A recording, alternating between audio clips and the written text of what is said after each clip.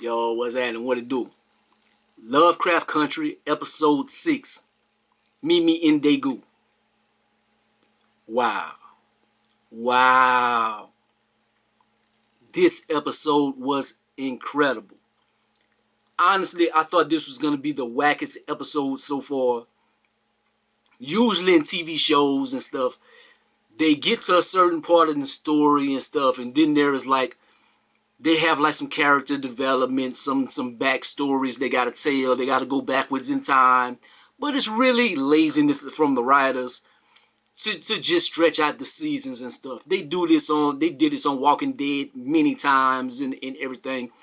And this, to me, it comes off as lazy. This right here is not that. This is not just stretching out the season or anything like that. This was feature film good. This was a movie within itself, to be honest. Maybe I'm putting too much on it. I'm not saying this may be the best episode and stuff. It could be.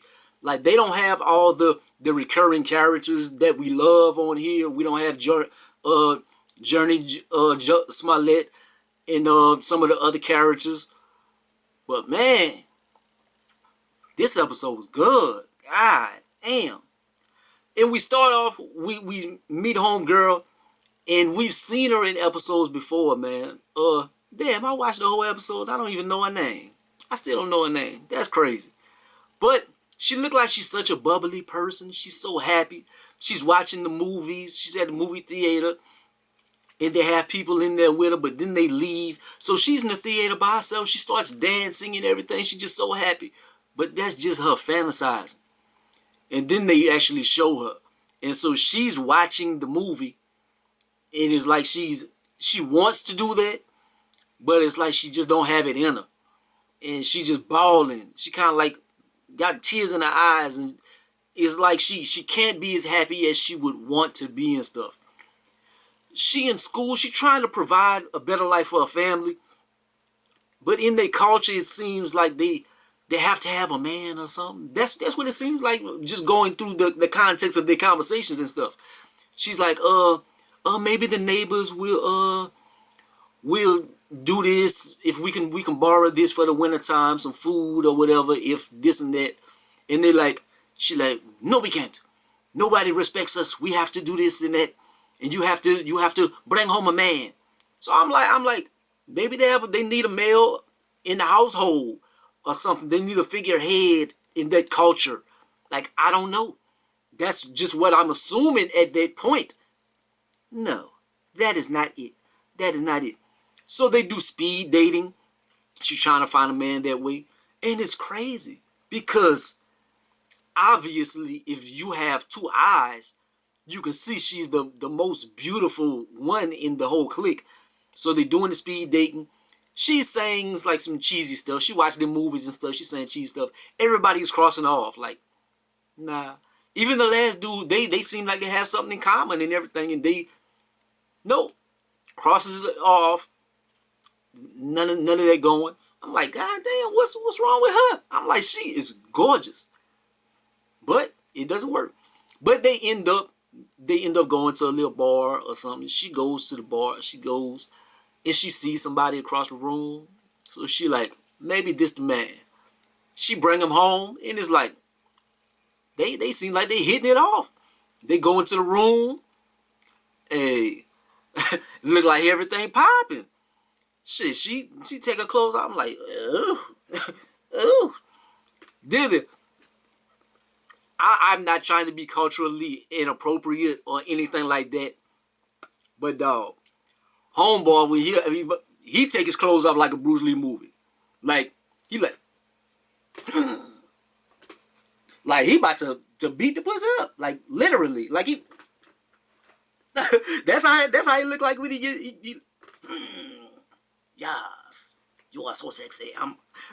That's just how it came off, man. I'm not trying to be culturally offensive or anything, but it's just, that's how he did. He literally that was funny. But then he gets that old, she got that wop. She got that wop. Hey, he get it. I'm looking. I'm like, God damn, that shit look good. Shit, man, I think I might want some. And then, that's how men are. We want something too early. You want every little thing. Men, even looking at myself in the mirror, Chance, look, everything ain't that glitter ain't gold. You getting that wop, all right. Man, them tails and stuff, that's what it is. It's some tails. Man, them tails start coming out of her ass, out of every appendage in her body. It start tearing on up. Man, she absorbs his memories and everything. She absorbs his soul or whatever, and bam, all over the walls and shit. And her mama like, you need to bring home 10 more men. I'm like, God damn, what the hell is this? What is this right here? Turned out to be a whole monster. Then it's the 1950s. The Americans land on the property. So we see this coming about. She talks to her mother. It turns out that she needs 100 souls that she needs to absorb to be human again. But it seems like she doesn't want to be human. She talks to her friend, and her friend is a communist. And she knows that she like, you are different. And she like, I'm different too. Like, my mother wants me to be something that I don't want to be. She doesn't tell exactly, but she's like, I'm not mad at you for being a communist, whatever. I'm not judging you because I'm different. But they see some, man, they hanging people in the streets and stuff is crazy. And so her mother is like, they have these American men, these soldiers. You bring them back. You bring them back. They're just like the Japanese. They rape us. You bring them back. You give them that whop and kill them. So she brings back a soldier. She brings back a soldier and everything. And she give him that whop, kill him. But then she like, I'm not doing this anymore. I'm not doing this anymore. I don't want to go back to your daughter and stuff. I'm me. It's like, it's not her daughter. It's a spirit or something, a demon, whatever per se, that is living in the woman.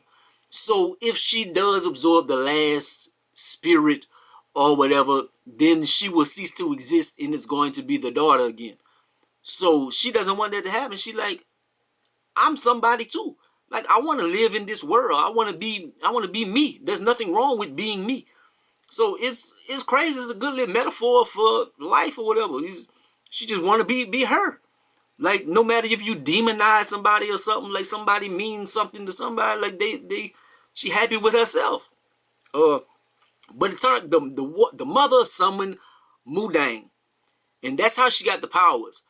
But it really was because her husband was raping her, and so she was like, I'm going to summon this demon or whatever.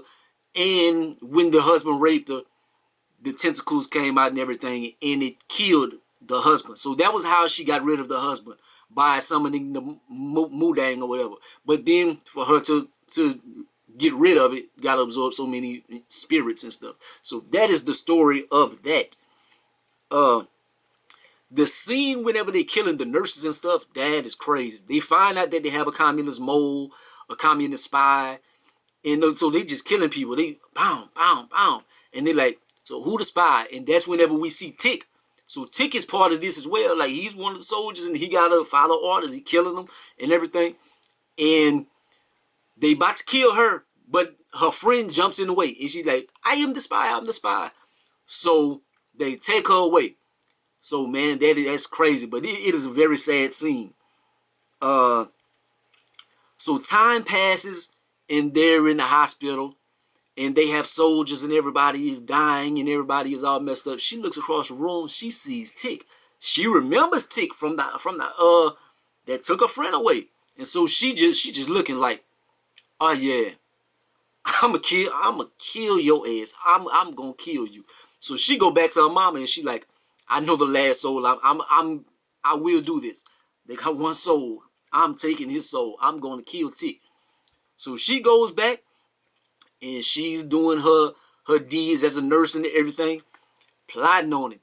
And she goes around him, and they end up connecting a little bit. Like he's trying to help and stuff. He like, I want to be useful, and could you please do me a favor? Could you read this book to me?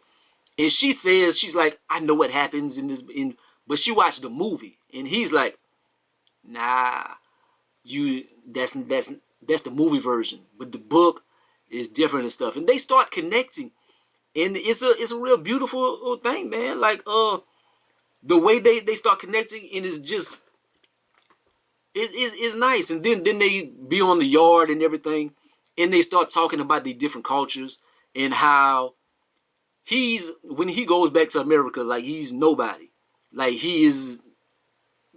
They despise him and everything. Then they got the Korean dude, but he's American, and he's the same thing. He's like, if I go back to America, I'm nobody, and out here I'm not part of anybody. I'm an outsider. So, and then they talk like they got drafted.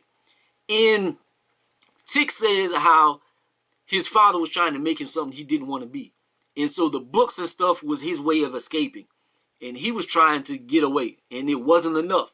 So he had to go. He went to the military, tried to really get away, and she can feel that parallel because in her lifetime, like her mother got her doing this, trying to change her and stuff. So it is a lot that they're going through, man.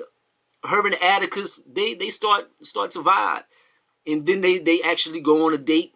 He sets up a beautiful date, man. Watch a movie and everything, and it's like, they really connecting. And she brings him back to the room, and she like, I'm cold, but I got something that can come warm me up. So she about to put that wop on him. She about to put that wop, but he opens up to her, and he like, look, I ain't never did this before. I ain't never did this. I think they had a song. They had a song or something. They never did. I don't know. I can't think of it, but it's some kind of song. Let's say that. But anyways, so he ain't never did this before and stuff. That's his virginity, and she about to put that wop on him and kill him. But she start having feelings for him, man, and she kick him out. She like, get away, get away. She like, I'm not killing him. I'm not killing him, man. I think I love this dude. And she tell the mother, I'm not doing it. I love him. You can't love nobody. You're a monster. You're a monster. It hurts her. The next day, she go by the base. They go by the base and stuff. And Tick is, look, man, look, get away from me and stuff. He feel played. And she like, you killed my friend. So you knew this the whole time, and you were just playing with my emotions. You were doing that. You knew this, but you made me have feelings for you. And it was just a beautiful scene. Like you made me see, you made me want to be a better person and stuff. And she like, we are both monsters, but we can choose not to be and stuff. It was some beautiful moments. They get back and they make love in the little thing and whatever. And shit, it was, man, she put that thing on Tick. It was seductive. It wasn't like the scenes with Ruby, or with his scene with Letitia and stuff. Like it was very, very seductive, very sweet and stuff. Like she just put it on him like slowly, like it was very romantic and shit. I was like, man, I want some of that. I need some of that in my life. But it was nice, man. She opened up to him, everything. Know something? And then I wrote this down. I'm like, a lot of the Asian words, a lot of stuff sound like nigga. Every time they have subtitles and they talking, I heard nigga so many times. I'm like, I'm looking at the subtitles. I'm like, what are these words that's nigga? Everything sound like nigga. I'm like, damn.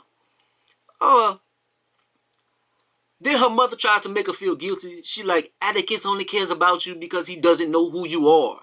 So she like, damn, should I show him or tell him? She reads the little book to him, and she kind of like alluding to it, but she don't really tell him. But then she give him that wop one more time, and they getting into it, but she kind of loses herself. She thinks she can control her tails and whatever. But they start coming out, and they about to kill Atticus. But it gets to him, goes into his eyes or whatever, just enough not to kill him, but to absorb his memories. And it's crazy because it gets the future as well. And when it got the future, she like, don't go back home. You're gonna die. I see it. And it was something, it was weird, like maybe not weird, but I seen he was making love to a woman. It was a dark-skinned woman. But then maybe that was before Letitia or whatever, because he was making love to the dark-skinned woman. Then he took the trip to Chicago, and then they showed Letty, and then it went to like future things, and he got snot pouring out his eyes, and he looks like he's bandaged up or something. So she like, you're gonna die if you go back home, and it's like, whoa. So she heartbroken. He runs out of there whenever it throws him off them tails or whatever. He like, oh, get away from me! Ah, shit! I can't be mad at him. I can't be mad at him. You can't be like, can we talk about this? Nah, it could be the love of your life or whatever, man. A bunch of stuff start coming out of her, whatever. Yeah, you gotta get the hell up out of there. But then it's crazy because she was so emotional. Even the mother came in. The mother couldn't stand her because she is the demon or whatever. And even the mother has feelings for her. Her mother tries to console her, and she hugs her and stuff. They go to the witch woman at the end of the episode, and they're like, I'll sacrifice whatever to help my daughter. And this and that. She like, you haven't even taken all the souls. You're gonna see a lot of death in your life. This just the beginning. And she like, I've seen a death or whatever, and she's seen Atticus' death. Will this happen? We'll be able to stop this. And we don't really get an answer. She just tells her the future of seeing a lot of deaths or whatever. And that's the way the episode ends, man. This was a good episode. The next one seemed like it's gonna be a Hippolyta episode. And I knew that name sounded familiar. Like, I used to be like really into Greek mythology and stuff like back in high school or whatever. Whenever they would make us read them stories, I would like really go in depth in them. I don't know, I always used to read ahead and like just be into those stories. That was always something, because they had Hercules and Achilles and all that. I used to always like that. But anyways, Hippolyta, in classical Greek mythology, Hippolyta or Hippolyte was a daughter of Ares and Otrera, queen of the Amazons and a sister of Antiope and Melanippe. She wore as an emblem of her dignity a girdle given to her by her father. Hippolyta figures prominently in the myths of both Heracles and Theseus. So we see Hippolyta in the next episode, and she's look like she's gonna be like in war times, like Amazonian and stuff. She's gonna be trying to find Uncle George, what happened to him and stuff. Look like it's gonna be an interesting episode. I really want to see if I hate that I don't know the homegirl name, the Asian woman. The Korean woman, I guess she's Korean. I want to see her back in this series. She is a great character. And man, like, she's a monster per se, but it's like, I want to see what their relationship is, man. It seemed like they had like a deeper bond than what he has with Letty. Like, him and Letty has always been like somebody he cared for or crushed on. But man, I don't know, it just seemed like they had something deep with this woman right here, man. So her and Letty, that dynamic, that's gonna be something interesting if she comes into the picture. But that was a great episode, man. Great episode. Might be the best episode of the series so far, man. But thank y'all for watching this. I know I'm super long-winded or whatever, but hopefully I gave y'all a few laughs with the clowning. I try to clown just enough to give y'all this something to enjoy. I'm about to watch the podcast and everything. But like, comment, subscribe. Gonna be the greatest or the most hated, man. Holla at your boy. Peace out.